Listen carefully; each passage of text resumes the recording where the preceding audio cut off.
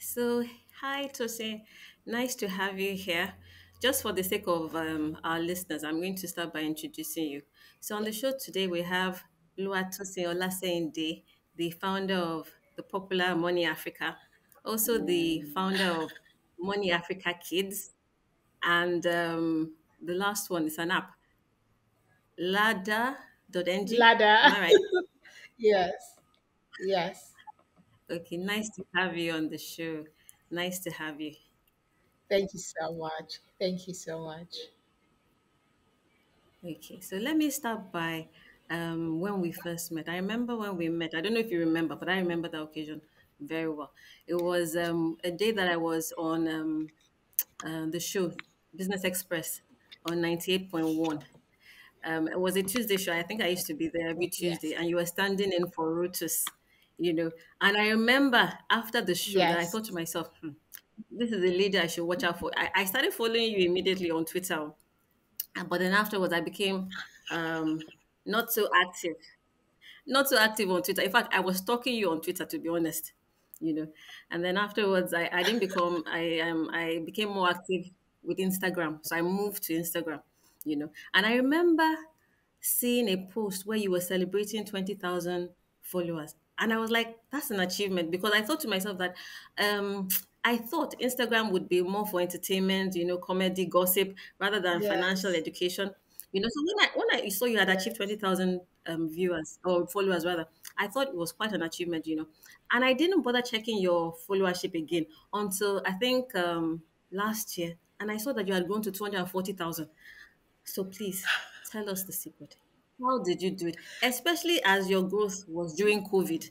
So did COVID help? You know, I know that COVID helped some other tech companies like Zoom, logistic firms, entertainment industries to scale. Did that work for you, or it was something that had nothing to do with COVID? Did COVID help? Yes, it did. It was our breakthrough year, for a lack of better words. And it was not even just in the sense of growth in terms of followership.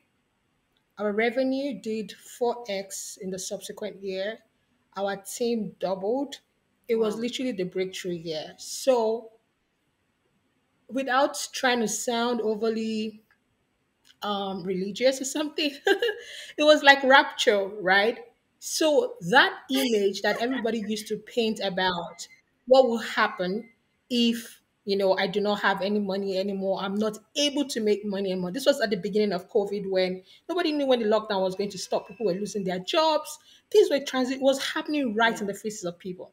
Now people are staring at things that they do not need, like a wardrobe filled up with clothes that they can't even wear anywhere, and they're like, oh my gosh, should I have invested this money instead? So it was like a wake-up call, it was like an awakening, right? Like, what am I going to do? So people then started a lot of people started selling a couple of things as well, things that they did not really need, right? They didn't know, it was like an Armageddon. How long is this going to be around for? So it was like seize the moment. And we were ready because we had built the team, we had built the noise, we had built the content, we had all of it. We're just waiting for members, right? And then the members started Yeah. flocking in. So our Instagram followership saw a surge. Our revenue saw a surge. Our subscribers saw a surge, and it was just like yeah, it was it worked to our advantage. So let me ask you, were there things that you were specifically selling that was appealing to people at that time that made the followership stars? And what in particular was the cause? The reason why I ask is that, sometimes growth is organic, and then sometimes it's one particular skit, one particular episode that makes the difference. Did you experience that, or was something that you just did consistently over time? Yes, it was the storytelling. The storytelling was the game changer. It was like, what will happen if you do not plan for your future? And the future was here. The future that we did not know, Mhm. emergency fund. If I didn't have 6 months of money saved, what happens? So the future we had been painting that they could not see, the future of what if was here. The what if was staring everyone in the face. So it was almost like a second coming. Like, if it happens again, I want to be prepared. And we ran with that messaging. Yeah. If it happens again, what would you do? If it happens again, what would you? This is your chance to get it right. This is your chance to fix it. And that was the messaging we ran with. So that was it. So even though we had been painting that image, nobody saw it. Now the image was staring everyone in the face, and it was time to take action. Wow. Okay. That's fantastic.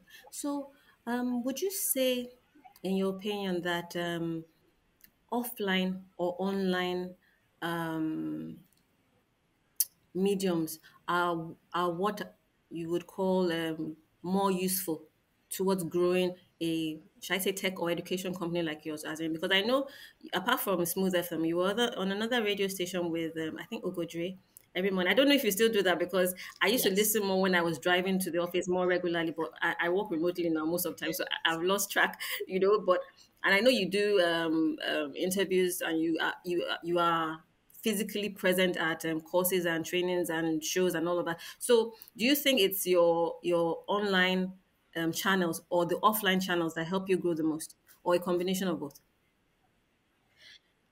It was a combination of both. So, for instance, now we're very aggressive in our early days. It was like a machine. So, in the morning, I'm speaking at a radio station. In the afternoon, I'm on one TV station.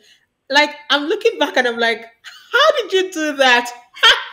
It was like I was on drugs because I was just, there is no ways I'm performing at that same level now. But what it did is it helped us with branding. So, Hmm. I was currently in Dubai for holiday. There was someone in the lift that opened the door, like, oh, Money Africa, right? And it was the brand power. So we went heavy with the brand power. And at that point, I didn't realize that was what we were even doing. It was just more about presence. We wanted everybody to hear that name so bad that, they can't miss it. So that was it. It was brand power. So we're everywhere and we're just basically talking about it. So it was a combination of both.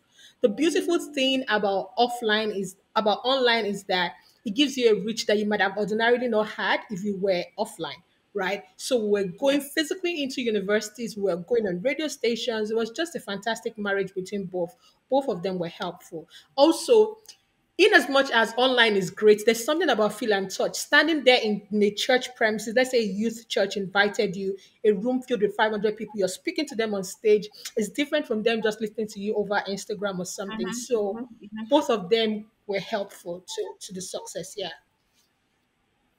Okay, I say that because people see your success, but they don't know the kind of effort that went into creating 240,000 followers, So it's good that people know that it takes a lot of work. I was reading a write up by Paul Graham. I don't know if you remember him or know him. He's the founder of YC, and he was talking about how people say um, recessions are bad and it's not a good time to start a business. And while it really might be difficult for some other people, but Instagram, for instance, was created in 2008 in the last recession. Um, Yeah. the is it Microsoft, I think, and Apple both started in a recession as well. So that in the end, it's not about the time you're starting; it's about the founder, and that is what they do. They invest in founders. Their idea might not even be perfect at the onset. At the onset, they might even pivot to something different. But if they feel or believe that the founders are serial entrepreneurs, have what it takes to create something that people want, they would invest. And I can see that you're that kind of person as well. Even from the name of your company, Money Africa, is aspirational. Anybody that hears that name will know that this lady has gigantic plans, as in she wants to take this financial literacy to beyond Nigeria and beyond Africa. Honestly, so it's great. It's great. So let me backtrack and ask you about your background. I remember you said you used to work with CNBC, or was it Bloomberg? Was that where you last worked before you launched Money Africa, or you did something else before you finally decided to set out on your own? Okay, great. So I got my first job in South Africa. This was at the age of 20. I was working at an audit firm. Then I relocated back to Nigeria. I don't want to tell you why you're going to laugh. No, no, It please was tell a me. mixture of my then boyfriend was in Lagos. sorry, he was in Abuja. And then also, I wanted to move to corporate finance, and I was finding it hard to transition in South Africa. So everything sort of worked out. Now I'm looking back and I'm like, even though we didn't end up together, everything worked for good for them that love God. So it worked out just fine. Yeah. So I worked with CNBC Africa. Then I worked with Bloomberg. I got poached by Bloomberg TV Africa as a senior financial analyst. Then, subsequent to that, I worked with British America Tobacco as a commercial finance manager, and I was managing $20 million. So it was on my 30th. I resigned on my just a few days before my 30th birthday, and we started Money Africa. Wow. Wow. So, but I still want to take us a little backwards. As in, so before that, what did you study in school? Did you always have that drive for finance? Did you always want to be to educate people on financial literacy? As in, so do you think it was your environment, your Gotcha. parents, the school you went to that influenced your financial interest, or it was something to do with your environment? Okay, I think it was a combination of everything, right? So, background is very, very important. My parents, or let me speak for Yeah. my dad now. My dad came from poverty, and he had to do things himself, right? So I remember when we were much younger, he moved to Democratic Republic of Congo, and he was initially riding a bicycle. But by the time my siblings and I went to join him, we were living in a we were living where the United Nations people were living on a hill. We had chefs, we had driver, and all of that. And we saw the growth.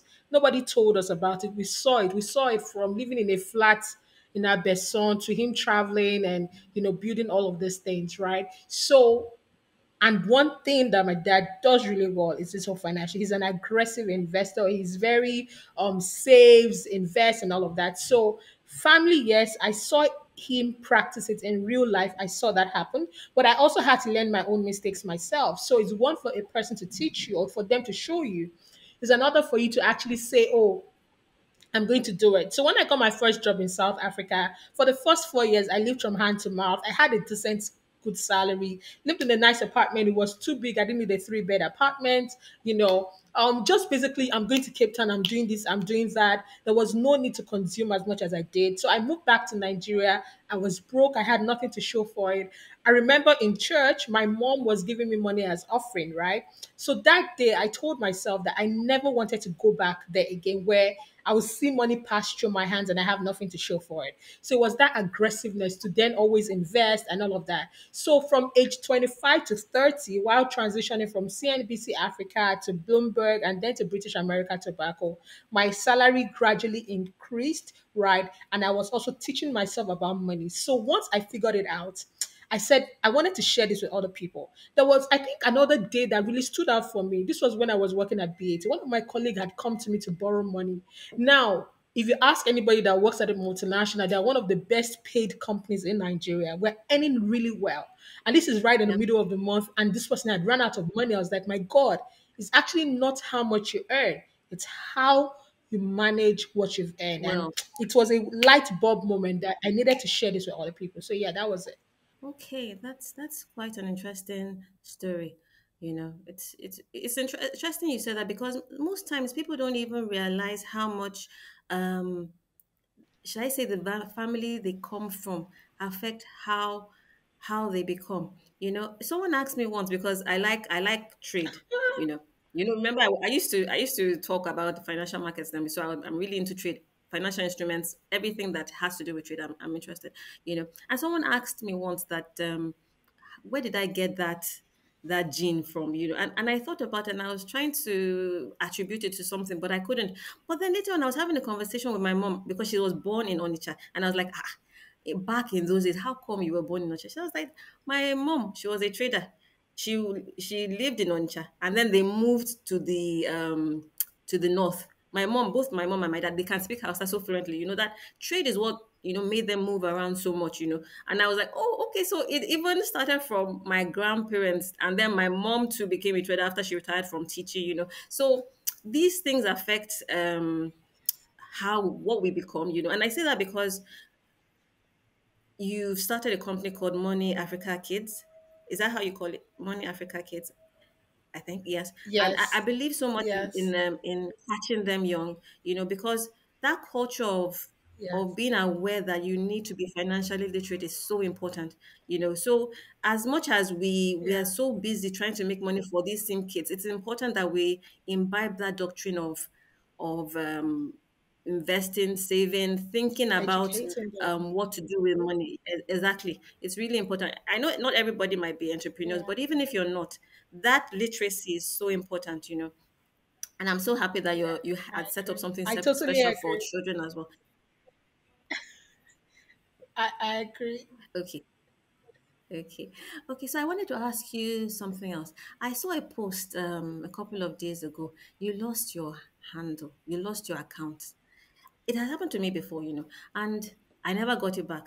And to lose an account that has 240,000 followers, please tell me how did you get your account restored? Because I didn't succeed. And I know people, I see posts like that. They will Yeah. a company will lose their account, then they will ask a friend that has a lot of followers to tell their customers to follow them To back. But I didn't think you did that. So what happened? How were you able to no. restore your account? Okay, great. So when it happened, right? We have about 248,000 people on Instagram, and on our mailing list, we have slightly less than 100K, right? So that means that this is almost 150,000 people will never be able to reach if we don't get that thing back. And I was on Hmm. holiday, so I was like, I have two choices. Number one, be restless, not be able to sleep, be worried. Number two, reach out to everyone that I know that works at Facebook, go on LinkedIn, look for the decision makers, and try and take it from there. So also went on YouTube to watch a video, and the video was saying how to recover your account if that happened. So the person shared the steps with us. There was a link about Facebook support, and we went on that. I also reached out to my friends that work at Facebook that this is what happened. They also shared that link with me. So at the same time, we've officially made over six complaints that, I need to get my account back and all of that. And within 5 days, 5 working days or 6 days, we just saw that the account came back. So they had said they escalated the report, escalated it a couple of times, and then they were able to fix it and bring it back. Subsequent to this, a couple of people also reached out to us saying that, Tosin, I lost my page and it never came back. So we started sharing that link with them that this is the support, reach out to them. Somebody will call you to ensure they're speaking to the right person, is not a hacker and things like that. So yeah, it was quite interesting when it happened, honestly, but I'm very glad that we got it back. And also a wake up call for us in order to look for how to get the details of everybody that follows us so that if it happens, we'll be able to bounce back easily.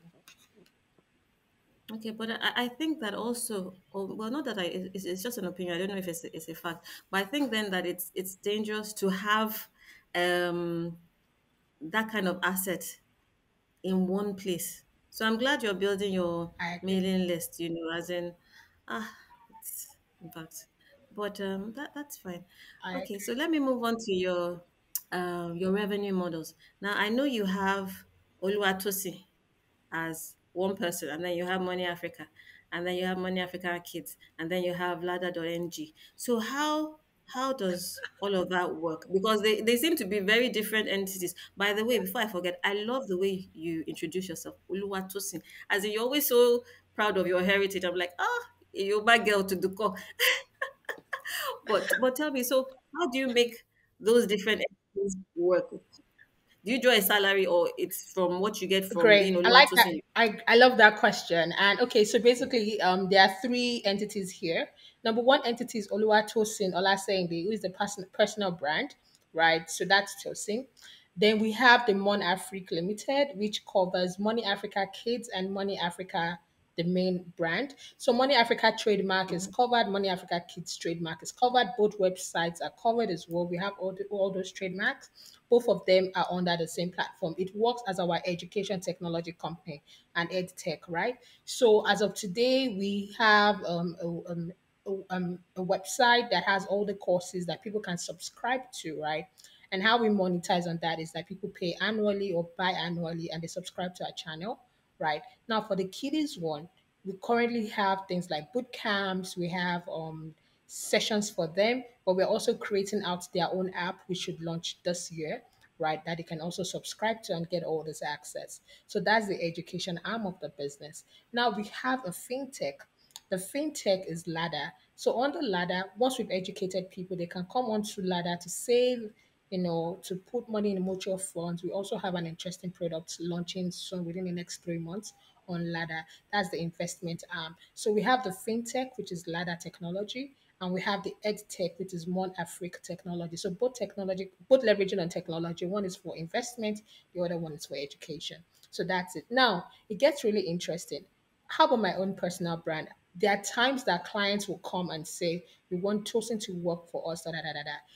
If that working, it requires me to use Money Africa's assets. So things like we have to post it on Money Africa, we have to do that. Then, Money Africa gets the revenue, right?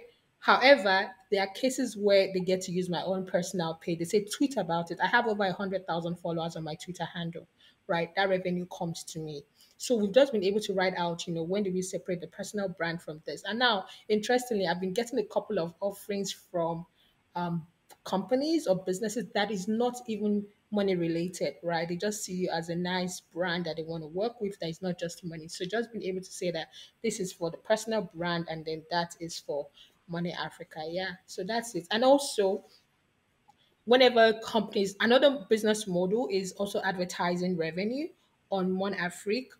Back in the days when we just started, like I was like the main person and the only person. I would have to do all the advertising, do all the content. But now they can literally go ahead and run projects, without me, and then it just goes, it runs. So yeah. Wow. You're doing a lot. You're doing a whole lot. So how do you build your team?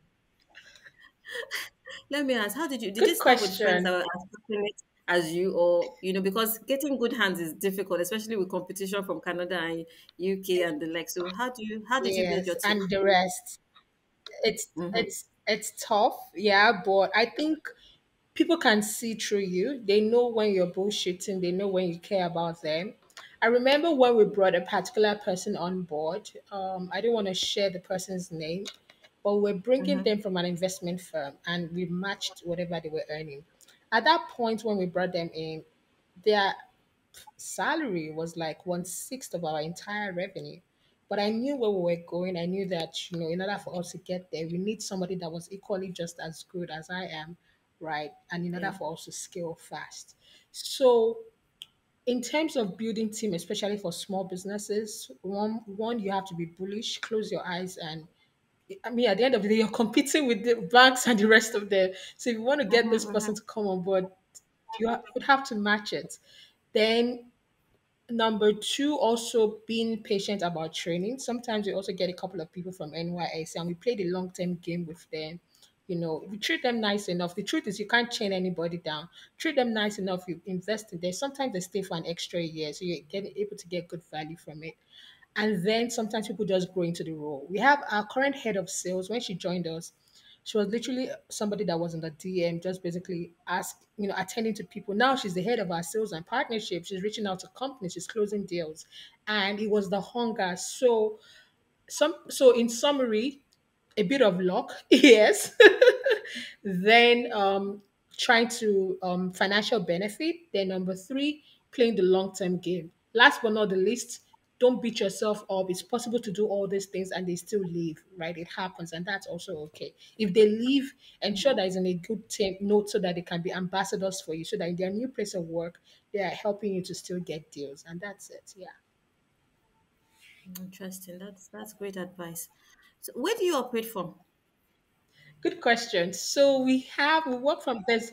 We have a working space. Where's this Ijora Close in Victoria Island? But for the majority of the team, we all work remotely. Our developers, some of them are in Abuja, some of them are in Lagos. Some of them Ibadan. Our head of growth is in Ibadan, right? But of course, that physical touch. So at least once a month or once in 2 months we all come together, meet in person, get things done and all of that. So we currently have a hybrid model where some work remotely and sometimes, we meet in person to catch things up.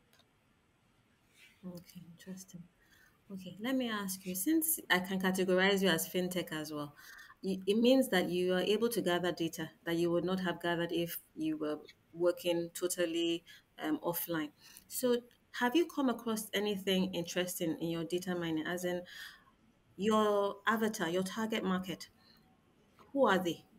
And since Yeah. I know that you're passionate about financial literacy to everybody, is there a moral dilemma presented to you, as in, do I focus on the niche that is giving me the most revenue, or um do I continue to try and preach this gospel of financial literacy to even the sectors that are not profitable to me, but it's important that they learn about financial instruments and the like? Okay. As of today, 70% of our users, no, 60, between 65 to 70 are actually women, right? 35 to 30, it switches. Interesting. Hmm. It switches now and again. The other time was 60% women, 40% men, and then it goes 65% women. But it's always dancing there. I've had a couple of times the team says, "Oh, if we're having about 60% women, why don't we just focus on women?" But I'm like, our mission is financial literacy. I understand that about 60% of them are women, but still our mission is financial literacy. So we're gonna go ahead with that. Now, in terms of who are most profitable, most likely high mid to high income earners, right?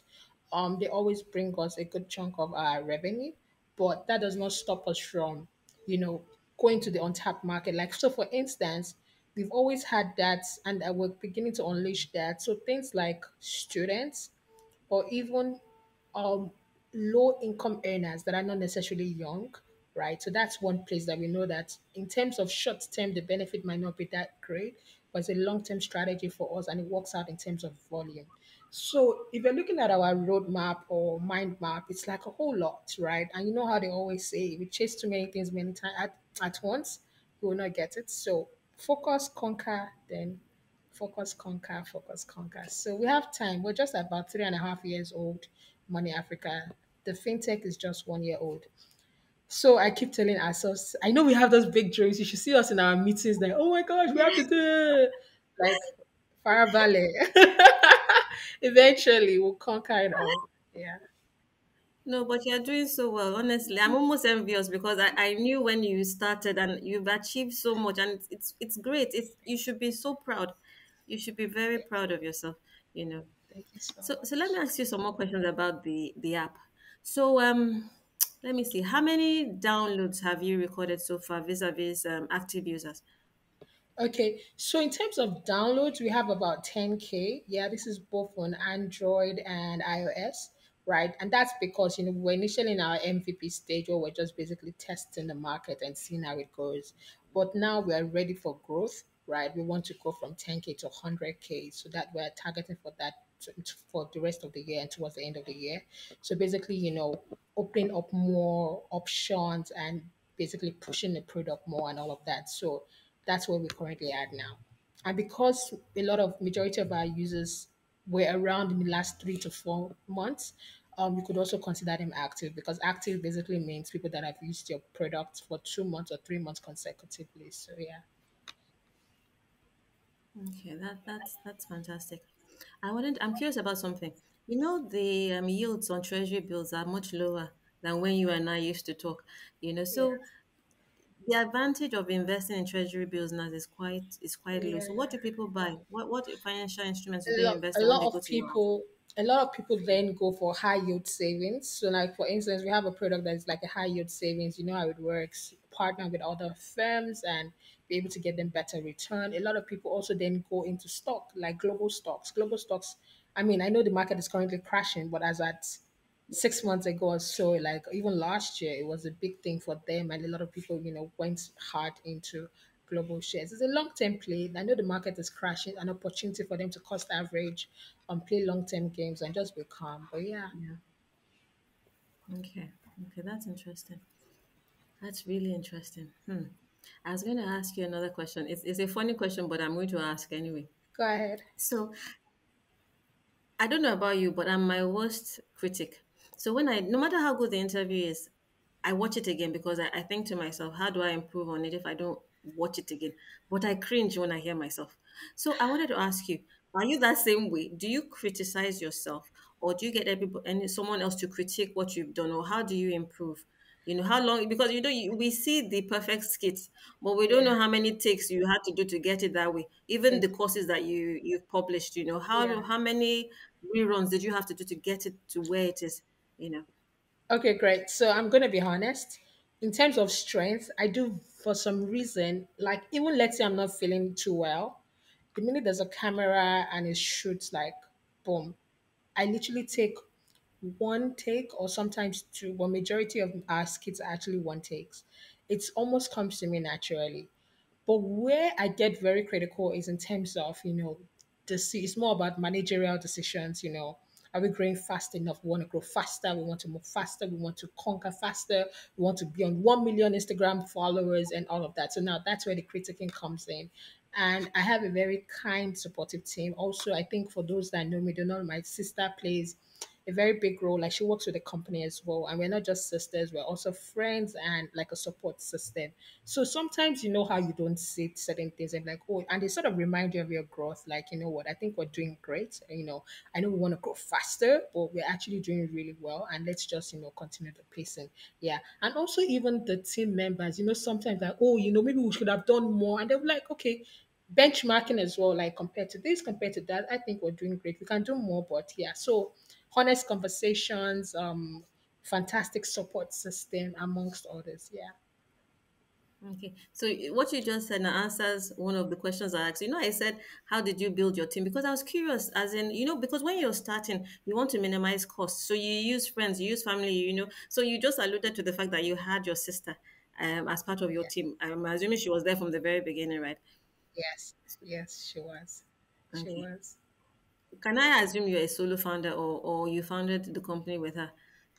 I'm a solo founder. Even though sometimes I like to say, my sister has been there from day one. I remember when we're registering the company, she owns some equity there. And she's like, I don't think I'm Tosin, we're not co-founders, you're a solo founder, but like, I mean, this is your thing. Your baby. But she played, and I say it all the time, Faith, my sister played a critic. I mean, she even saw the future before we did, right? Because initially I was thinking, I really love this and I really want to do it, but I want to take like a break, 1 year break from corporate world, and let's see how it goes. And maybe, I might go back. But like from the onset, she saw Money Africa kids, Money Africa adults, she's been riding for us from day one, right? So I'm not gonna I have to give her that, that credit, that yeah. And I'm grateful for the support. Oh, that's cool. That's really cool. I wanted to ask you while you were talking about when you left BAT, but I got sidetracked. So let me ask you now: did you have sufficient saving that gave you the confidence to leave your paid I employment? I did. said that because then I you did. did. Okay, great. Because many Yeah. people will be wondering that how do I I do did. this? I want to start something of my own, but I'm working. How do I transition? So tell us Yeah. about that. I did.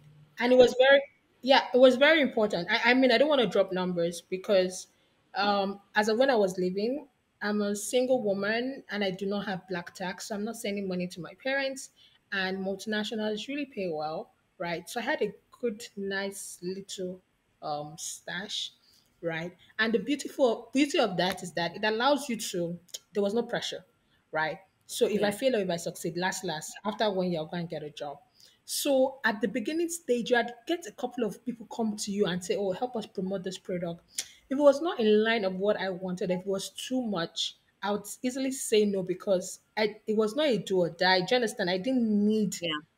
their revenue in order for us. Unlike of now, it's easier now to turn people down because now you're like a market leader and things like that. But in that beginning stage, many people are sort of forced to, um, take clients that ordinarily not take. So from that time, we've always Mhm. had that standard of being very careful about who we work with. In short, for the first 6 months, I deliberately did not want because I just wanted to teach. Like it was, I just wanted to get Focus. educate and all of that. So it Content was out. very helpful. Mhm. So a lot of people sometimes also come to you and say, "Tosin," and I keep saying to them, it was helpful that there was a little stash that it gives you comfort. You know that so you can sleep at night. You know that there's something to fall back on, and it gives you that confidence. So yeah, it was helpful. Oh, that's great. So tell us what's next. What's next for Money Africa? Where do you see Good the question. company in 5 Ye- years? Are you raising money? Are you Yeah. going to another incubator? I want to ask you about the NAFDAC Incubator. center because That's your prominent picture is fantastic as in, so tell us a bit about everything. Okay, great. So what next? I was on an interview not too long ago, and they said, and I said something. Going from 0 to 1 is great, and that's what we've done. Now, going from 1 to 10, that's crazy, and that's what we're trying to do now. It requires a different kind of energy, different kind of team, dedication, back to back, amongst others, right? And yeah, so Lada got into a top accelerator December last year. It's called ODX. They gave us $125,000. We're currently in the market to raise $1 million. So we've gotten a part of Wow. it. That's for Lada. For Money Africa, we want to flesh out Money Africa Kids. We're already working on that. Put it in the hands of children. I can't wait to see the kiddies, playing with it. We want to also reach more people with Money Africa, the main one. Also, in terms of social media, we're about hitting 250K, but why not 1 million? What's stopping us from 3 million? We want to do it in such a way that Money Africa, whenever you're thinking financial literacy, it's right there. So from students to children to adults, we're right there. And so it was basically everything that we've done. We want to increase the scale. We want to get bigger with it, yeah, and do it better. Yeah. Wow. So from what you're saying now, you're saying that you're going to use that money to invest in the app. Will you be investing part of that money in paid ads to grow your followership? As in, I'm just curious as to what you would be doing with the funding that you're raising, Oh, because okay. funding now Okay, for needs ladder, investors. Mm, yeah. For ladder, I think for ladder, the biggest how we're going to use the resources will be things like engineering, building it. We already have a team, so basically getting the team bigger, marketing, creating more products, sustainability, and all of that. So that's for ladder. But for Money Africa, for now, I think we're still bootstrapping, and I mean anything can change. But as of today, we're happy with the structure, and we're bootstrapping. We're putting revenue back into the business to flesh it out. Yeah. So let me ask you, so for anybody trying to raise money, like you did, how do you advise they go about it? If they have a good product, it could be financial, it Okay. could be something So different. How do you go if they about have it? a good product and all of that. So if Hmm. we have a good product, we have a good team. I'm going to be very honest as a black woman. um, Based on data, just about 2% of us got money from VCs. But don't let the data inundate you, right? I keep asking myself, right? I have a choice. I can feel overwhelmed and say, oh, they're only giving 2% of black women that money. And now you're even in Africa, but I tell myself, go and look for people that you want to be like or people that have done it before. There are a couple of people in that market. So, for instance, there's Banky. They raised $2 million. There's Shotlast, they did $1.6 million. There's Edukoya, they did $3.5 million. So look for those people, right? It's a reminder that they did it. It's possible that you also can. Number two, try and get into accelerators. It helps. They introduce you to their own little cocoon. So, for instance, in June, I'm going to be in New York for our own bonding meeting, get to meet more investors and things like that, tell a story. Another thing is unlike of our counterparts in advanced economy, they actually want to see a working product. So if you have to get money from family and friends to develop something that actually works and has some users, a little bit of traction, it's better to tell a story as opposed to the dream is in my head, and I'm yet to bring Hmm. it out. So it's very important to do that. And then what else? You will hear lots of no's. Sometimes you would give up and all of that, but just stay at it, and keep getting it done. I think another problem when fundraising is it's hard. How do I balance raising funds and also balance, growing it? But if within Yeah. 3 months there's no traction on the product as well, the new investors just speaking to is asking how far, what's up. So you just have to be able to Hmm. balance both so that the traction continues. So yeah, that's my own feedback. You're doing a lot. You're doing a lot. How do you combine all of this Yes. with personal life?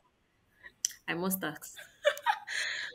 Yes, no, that's a good one. I have good friends. Yeah, my best friend lives in London. About 4 years ago in 2018, a friend had invited me on a trip. We're going to Cotonou, so they're like a travel trip group. I did. If anyone had told me that this travel group will end up being good friends, I'm like, oh really? And like we're like chubby chubby, we're like the travel friends. So like somebody say, oh, let's go to Ghana. We'll just go for like 3 or 4 days. Like it's so nice. Like I'm advising people go and look for travel groups. They're very helpful. Then also fellow founders like bundle together, just honest conversations. Oh, I'm struggling with my employee. Oh, I'm looking for a social media person. And you just will be able to share notes with each other. There's a mistake you've made. Don't let another person make that same mistake. Just honest conversations. Curate that group and find them. Right. Yeah, and then I actually like to enjoy, right? So I Yes, I could tell from constantly your just try to pictures remind myself to from relax, the Dubai let your trip. head down. Yes, yes, So my last question. How do you deal with competition? There's so many apps, fintech apps, so many people okay, trying to break into the financial literacy market. yes, So what yes, do you do to yes. keep yourself at the forefront? All right, let me show you something somebody tweeted yesterday. Oh my God, I probably find it.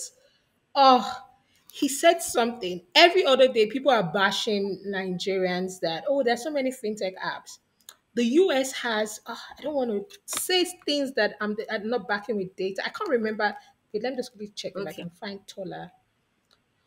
Okay, I can't find it now. But Tola came with data about the number of fintechs in the US. Crazy numbers. I think they have up to 10,000 fintech apps, right? So, and in Nigeria, we're just 144 of us. So every market day, oh, there are so many fintechs. And, sometimes initially I was like, oh, really? But people are downloading our apps and they're still using it, right?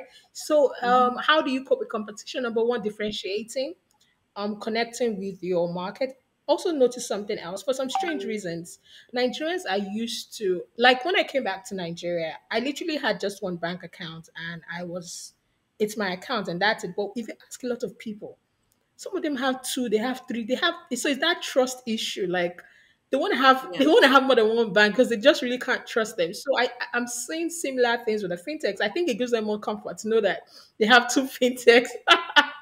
So yeah, so it could also work to the advantage of the players. They're knowing that one person is target, two people can actually target Tosin because Tosin actually wants to have two of them. Do you get?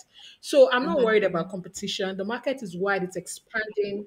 Just keep doing your own thing. Keep, tweaking it, listening to the consumers. They keep giving you ideas every day. Oh, we want this, we want that, we want that. And then, meeting their needs, customer service, doing a great job and all of that. So yeah.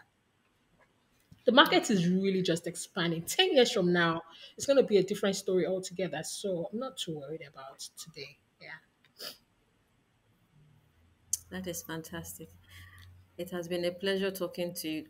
Do you have anything you want to leave with our listeners? Some advice, something that they don't know about you that you might want to share, you know, anything, anything at all.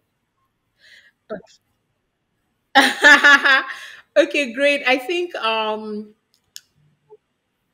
many people sometimes start out as being like, oh my gosh, I know where the end is and things like that. I wouldn't call myself an accidental entrepreneur, but to be honest, it was just really something I was very passionate about and I wanted to do.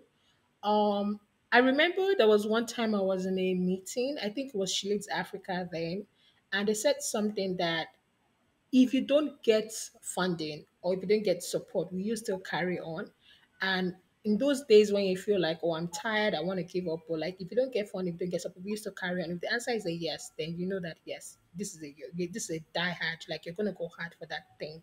Also, just put at the back of your mind that everybody's just trying to put their best foot forward in the early days, like I remember I was like, my gosh, it felt like we're working in vain because we're putting in so much work and we're not seeing all that return. And then 3 years, that boom, you understand, and it just started coming. So just hang in there. Somebody says something that survived long enough till it starts making sense. So crossing fingers for you, and I hope it works out. Yeah.